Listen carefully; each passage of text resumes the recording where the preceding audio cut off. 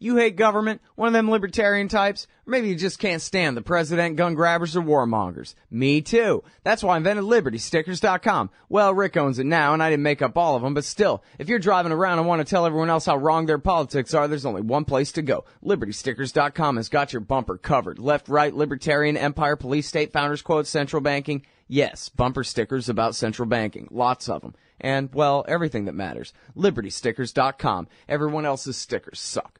All right, you guys, welcome back. I'm Scott Horton. It's my show, The Scott Horton Show.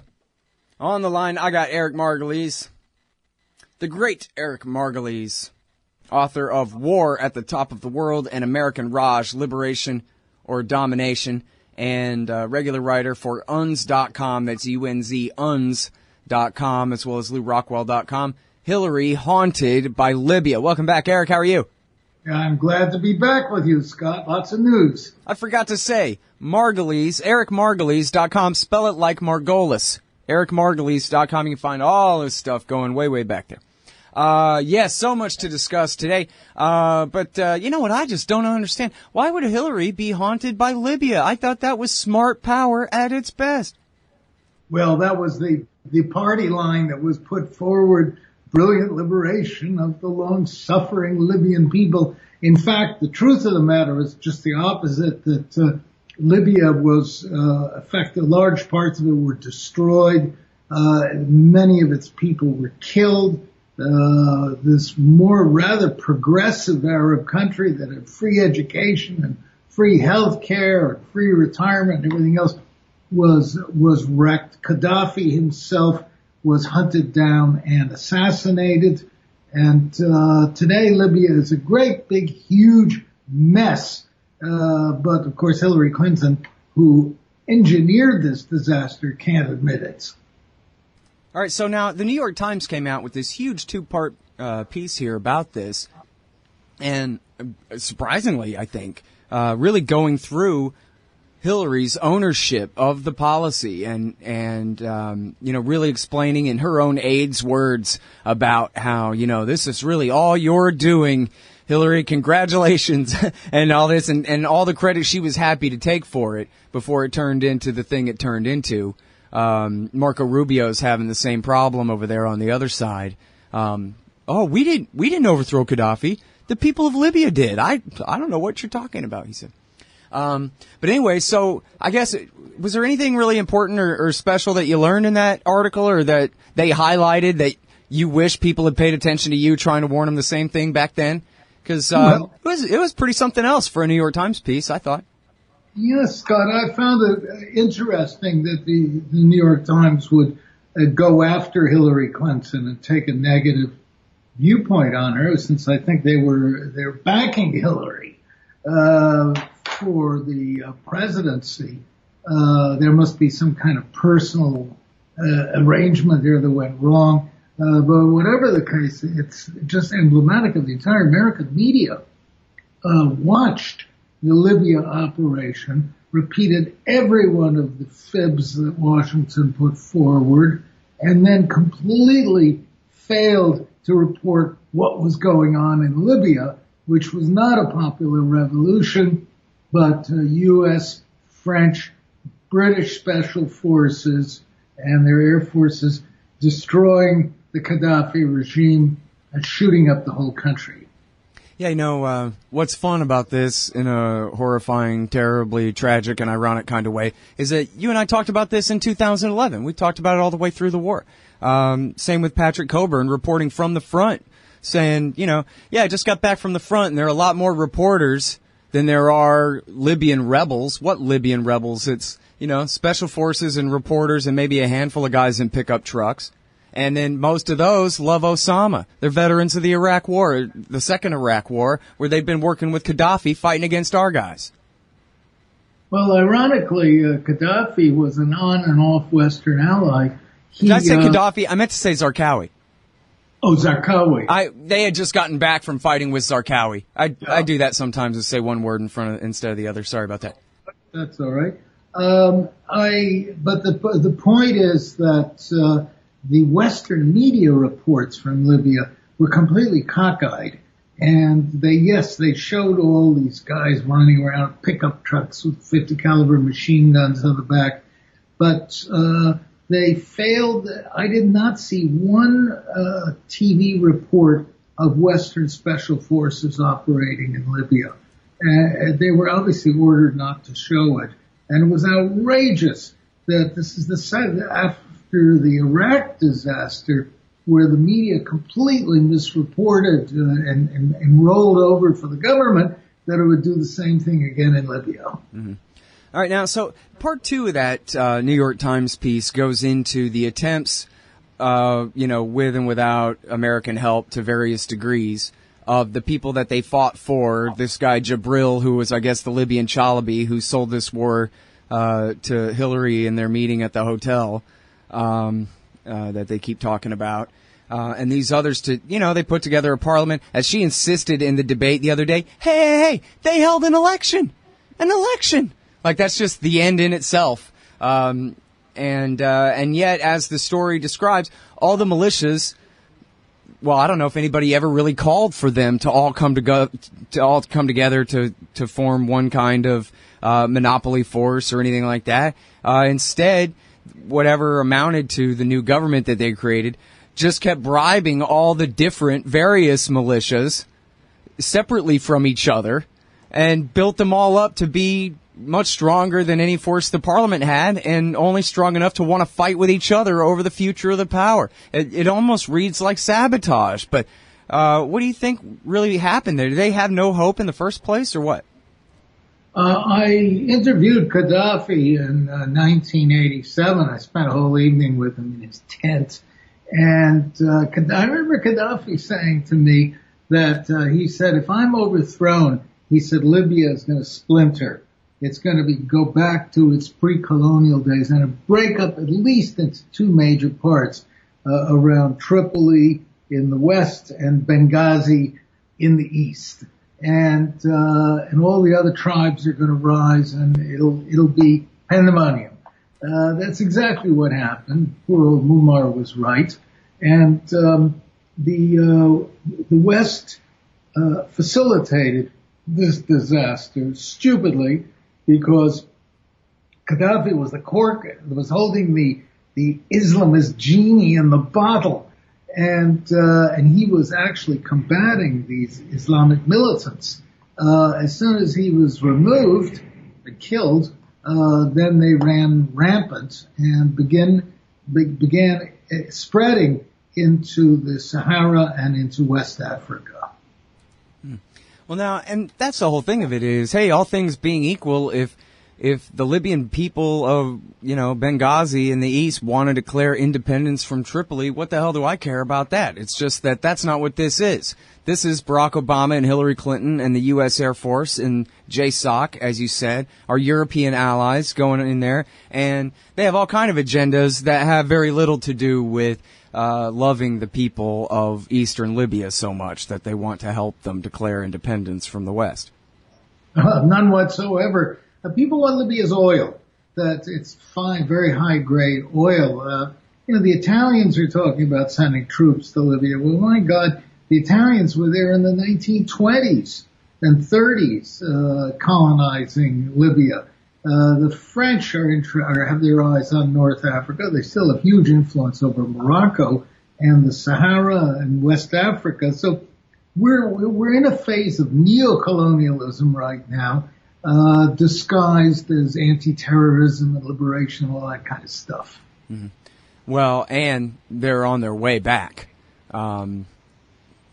We have Jason Ditz here at news.antiwar.com. Experts say that the U.S. is planning the next war in Libya based on faulty intelligence. They've overblown the number of ISIS fighters into 5,000 or 6,000, when local sources say there may be a couple of hundred of them. And we have Kasich on the Republican side and Clinton on the Democrat side saying there's only one obvious solution. We must invade and occupy Libya forever. As Clinton said, we're still in Korea. We're still in Germany since World War II. Right back with more. The great Eric Margolis right after this. Hey, I'll check out the audiobook of Lew Rockwell's Fascism versus Capitalism, narrated by me, Scott Horton, at audible.com. It's a great collection of his essays and speeches on the important tradition of liberty. From medieval history to the Ron Paul Revolution, Rockwell blasts our statist enemies, profiles our greatest libertarian heroes, and prescribes the path forward in the battle against Leviathan. Fascism versus Capitalism by Lew Rockwell for audiobook. Find it at Audible, Amazon, iTunes, or just click in the right margin of my website at scotthorton.org. Hey, all, Scott Horton here to tell you about this great new ebook by longtime Future Freedom author Scott McPherson. Freedom and Security, the Second Amendment and the Right to Keep and Bear Arms. This is the definitive principled case in favor of gun rights and against gun control. America is exceptional. Here the people come first, and we refuse to allow the state a monopoly on firearms. Our liberty depends on it. Get Scott McPherson's Freedom and Security, the Second Amendment and the Right to Keep and Bear Arms on Kindle at Amazon.com today. Hey, y'all. Welcome back to the show. I'm Scott Horton. It's my show, The Scott Horton Show. On the line, I've got the great Eric Margolis. We're talking about the wars in Libya, the last one and the next one. And, you know, confession time. I fess up. I screwed up. I said that once Gaddafi's overthrown, I asked Eric, will the state survive him or they'll have to start over from scratch? And Eric said, oh, yeah, no, they'll have to start over from scratch. Gaddafi is the state. What exists of one in Libya. So then I says, well, that's it. So we're going to have a full-scale occupation with army soldiers and purple-fingered elections, and we're going to help them build a democracy and train up an army. Or and then if they don't want to or try not to, as soon as the first truck bombs start going off, then they will. And I was just wrong that it took so long. I mean, it's amazing to me, and I guess I consider the world lucky that it took this long for Obama to catch up with the consequences from his last intervention there. 4.5 years now. They went without the full-scale American invasion, but apparently here it comes. They're going to have to at least send in the Rangers, the second-tier special forces, to try to train up an army and, probably oversee new elections and this kind of puppet government sort of thing. But this, on the other hand, Eric, I think everybody except Crystal learned at least some of the so-called lessons of Iraq, which anyone could have told you in the first place, right? But that, hey, man, maybe we don't want to do these massive nation-building projects. It doesn't work. It's biting off more than we can chew. We want to do Rumsfeld, Hillary style, light and fast, hit them hard, regime change them, and then leave the aftermath to somebody else. So how are they going to come together to figure out how to screw Libya over next, Eric? Well, Scott, standard operating procedure is to get a bunch of puppets, most of whom were living in Northern Virginia, speak flawless English, wear well-tailored suits, and have been living in the States for 20 years or so. They're off the shelf at CIA, and they're sent back to Libya to create a democratic government. We've done the same thing in Iraq. We've done it in Somalia. Well, but isn't that what just didn't work? That's right, but they'll do it again. So you don't think they'll have to send in the 3rd Infantry Division to carve out a spot and build up a new army and really try to give them a government in a box and all of that crap like before? Libya is a very small country. It really wasn't even a country until Gaddafi came along. Its military forces have always been hopelessly feeble. So there will be a low-grade guerrilla war there. Now, I find some interesting piece of news today, Scott. In the 1930s, when the Italians were trying to crush Libyan nationalist movements, they built a fence along the Tunisian-Libyan border. And it was designed to stop infiltrators coming across to help the Libyan independence fighters from the Italians. And I just read today that the Libyans, I don't know who it is in the government, are going to, or Tunisia at least, will be building a fence in the very same place to stop so-called Islamic terrorists from crossing from Libya into Tunisia. Yeah. Tunisia, the place where the Arab Spring had the least amount of American intervention in it and where it's worked the best. That's right. But even there, an Islamist government that was elected was kind of edged out of power. and a Western French-dominated so-called democratic government has put into power. So there's rising turbulence in Libya because of these neo-colonial forces. Mm-hmm. All right, so tell me about more about this oil and more about the interests here, because I mean, obviously America is the empire, not Italy. So is it, they get James Baker to host the meeting and they divvy it up, or what's going to happen with that, you think? I think the trend is to let the European powers have their own little subcolonial zones of interest. The Italians will have Libya, French will have the rest of North Africa. The Brits are getting their fingers back into Mesopotamia. So these are subcontractors to Big Brother in Washington, who wants to, as President Obama said, lead from behind. Yeah.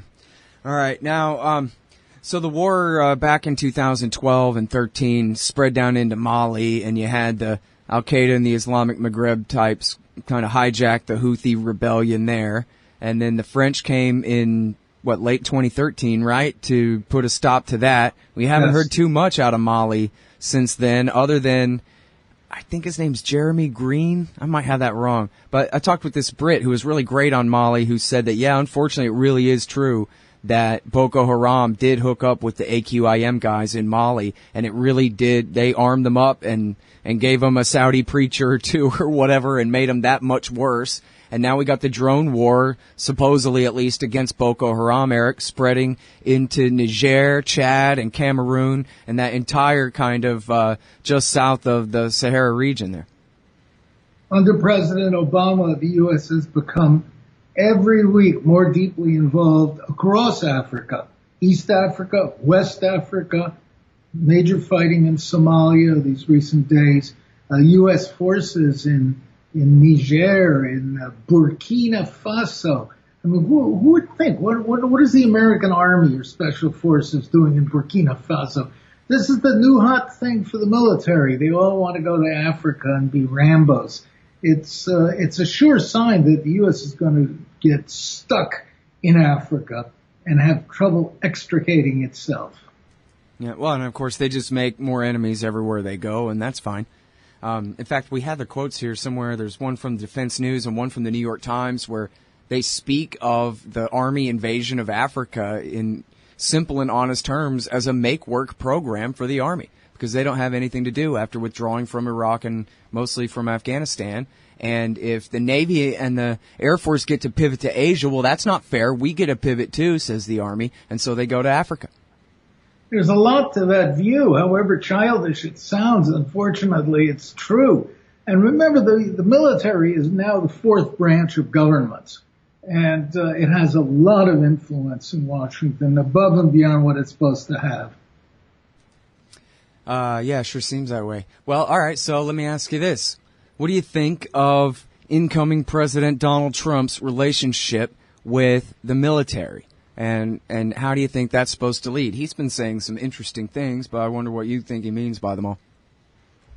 Well, I think President Obama has been cowed and intimidated by the military. He's left his military planning to three women who know nothing about military planning.